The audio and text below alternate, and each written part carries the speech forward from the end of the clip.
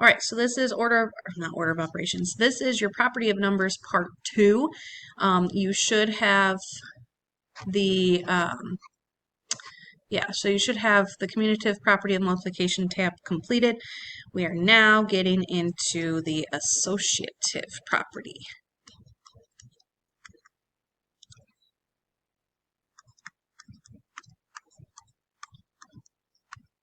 Let's do addition first. All right, so this guy uses grouping symbols.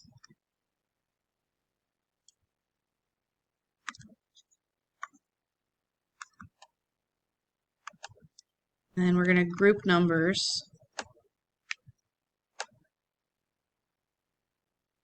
together. Does not change the outcome.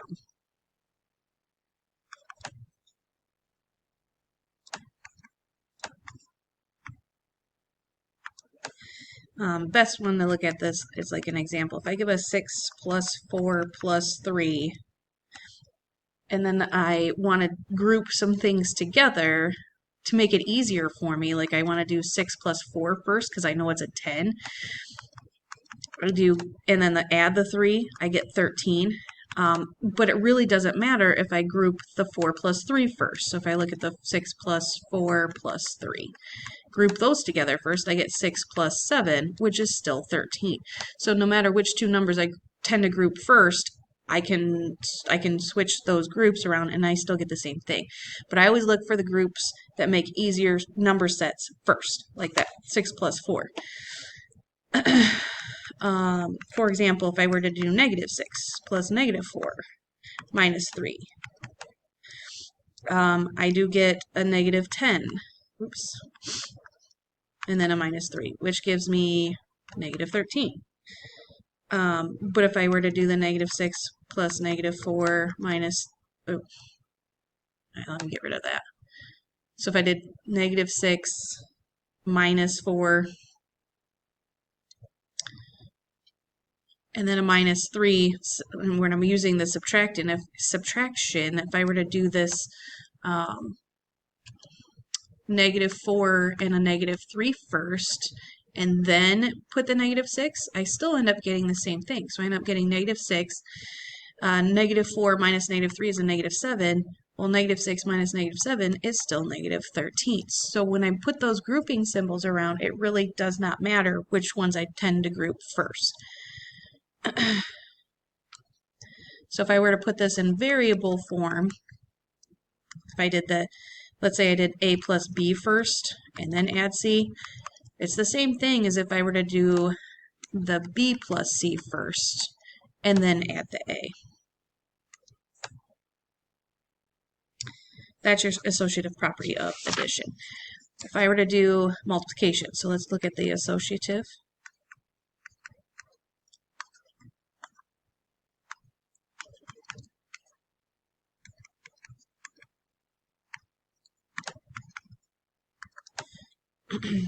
And then I'm put grouping numbers. Does not matter.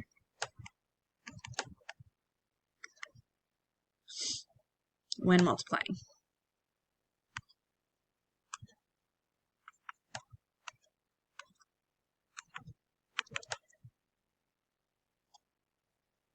So for example, if I were to have the numbers 2 times 3 times 4, I'm going to look for easier ones to do first. Like I know like 2 times 3 is 6, and then I would multiply by 4, which gives me 24.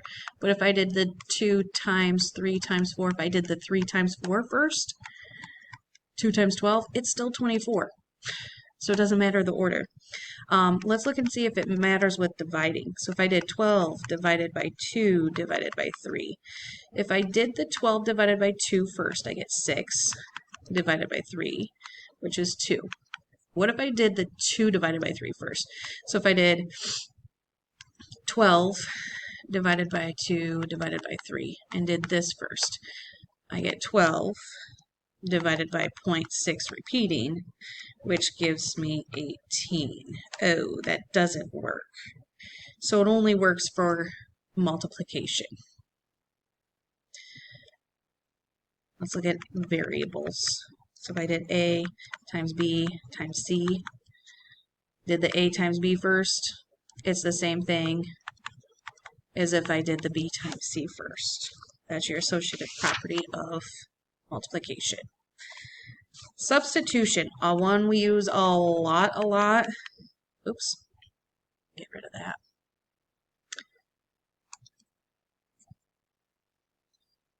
Pencil back and put substitution.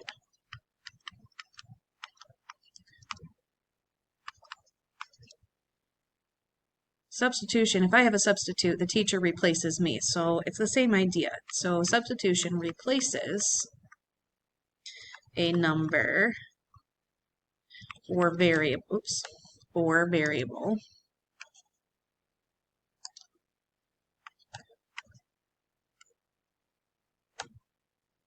with one of equal value.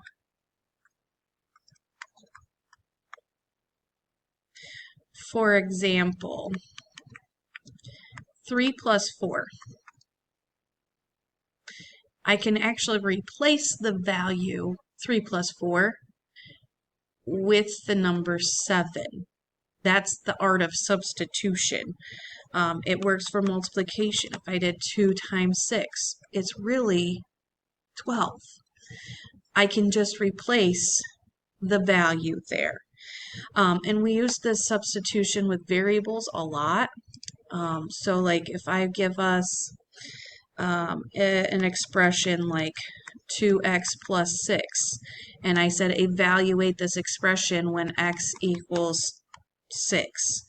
We're going to take this because x equals 6, we can substitute that because it's an equal value. We can put that right in for this x. 2 next to the variable means to multiply, so 2 times 6 plus the 6 from before. Follow the order of operations, which gives me 12, plus the 6, which gives me 18.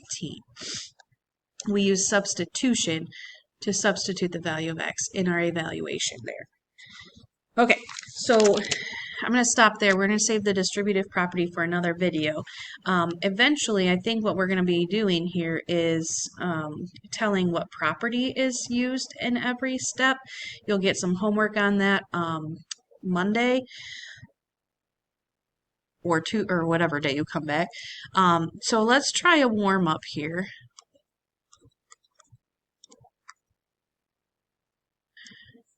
And then we're going to say what property is used in every step.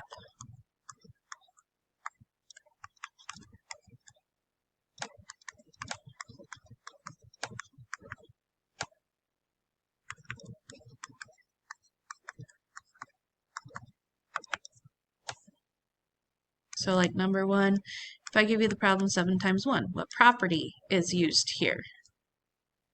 Number 2, if I take the fraction 1/2 times 2, what property is used here? Number 3, what if I did 3 plus 0? What property is used here? So take a few minutes and do that for me. When we come back, we'll talk about how to use these properties of numbers and then add in the distributive property. So, thanks for watching.